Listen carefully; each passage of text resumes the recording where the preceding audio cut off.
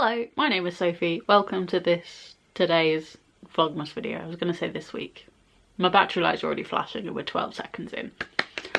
Good start. For today's video, I wanted to do another non-festive one. Last year, I started a master's degree at Oxford Brookes University, not Oxford. However many times my dad tells people I'm doing a master's in Oxford, still doesn't make it true.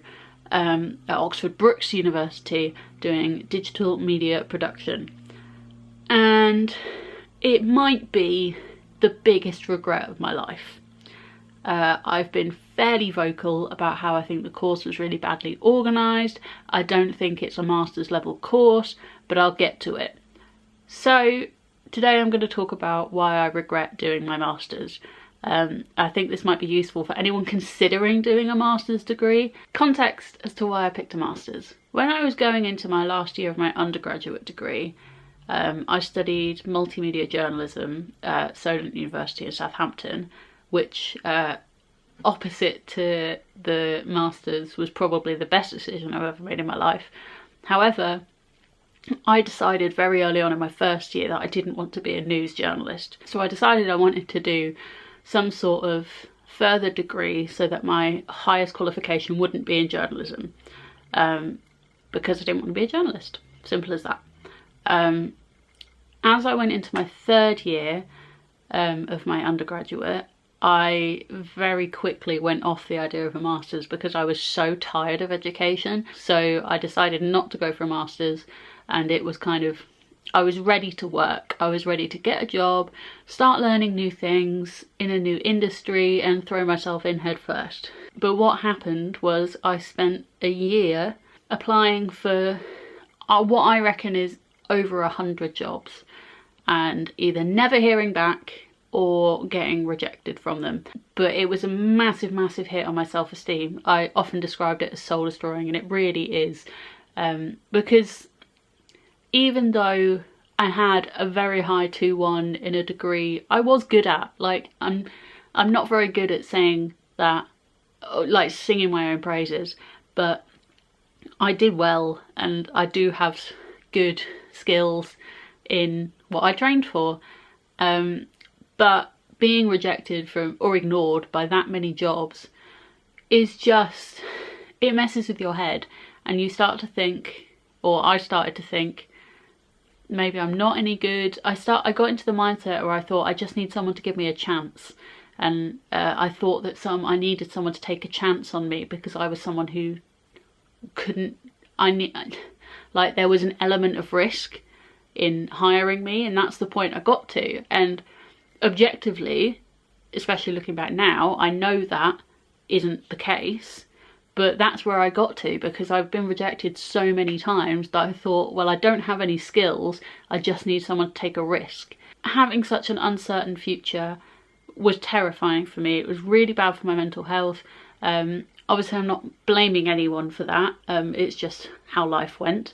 But it was really, really difficult for me to handle. So then I started re-entertaining the idea of a master's. I'd narrowed it down to a few courses. I found the course at Brookes. It looked incredible. I went to an open day. I spoke to the course leader. He was really nice. He said that it wasn't, because I was worried that I was underqualified, and he said, no, that's fine. We take people from all levels. And I should have seen that as a clue from the off. The fact that they didn't require a certain level of skill for a master's degree should have been a massive red flag, because the whole point of a master's degree is that it is higher than an undergraduate degree. If you have someone with undergraduate digital media production and postgraduate digital media production, the postgraduate should be more skilled, and I am not. And it started well. I was excited. There were so many new skills I was going to learn. I'd met these amazing people that I gelled with really quickly, and I'm still really close with now, and it felt like it was going well. By Christmas, everything had fallen apart. A course where they expected us to go from no information to making a film, designing a video game, and designing a 3D character model in 12 weeks, when most of the lectures were just teach yourself on Google and it was just a lot. And then in the following semester we were put in a class with the third year digital media production students, and they were so much more media, they had so much more training and so many more. They had I don't know what I'm trying to say. I do, but I can't make the words work. They had much more advanced skills than us. And that was when I kind of realised that they were trying to squeeze a 3-year undergraduate degree into a year and call it a master's, when actually we weren't learning anything to an advanced degree enough for it to be a master's degree. A lot of the time it was Google it. The amount of times I've been told to Google things on this course is a joke, or, well, I taught you that so you should know. And I'm like, well, I'm telling you, showing me something once didn't work. It's not gone in my brain and I can't figure this out. The fact that the undergraduate degree gave those students a better qualification than we were getting as a master's degree is ridiculous. Absolutely ridiculous. I don't think it was a master's level course.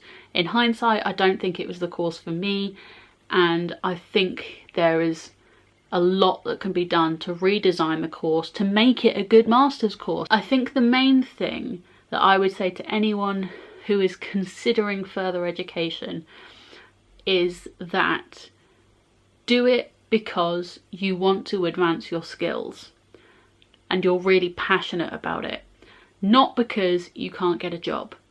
Because I understand how scary it is. I really, really do. I don't want to say I don't regret it, because I really think it was a waste of a year of my life.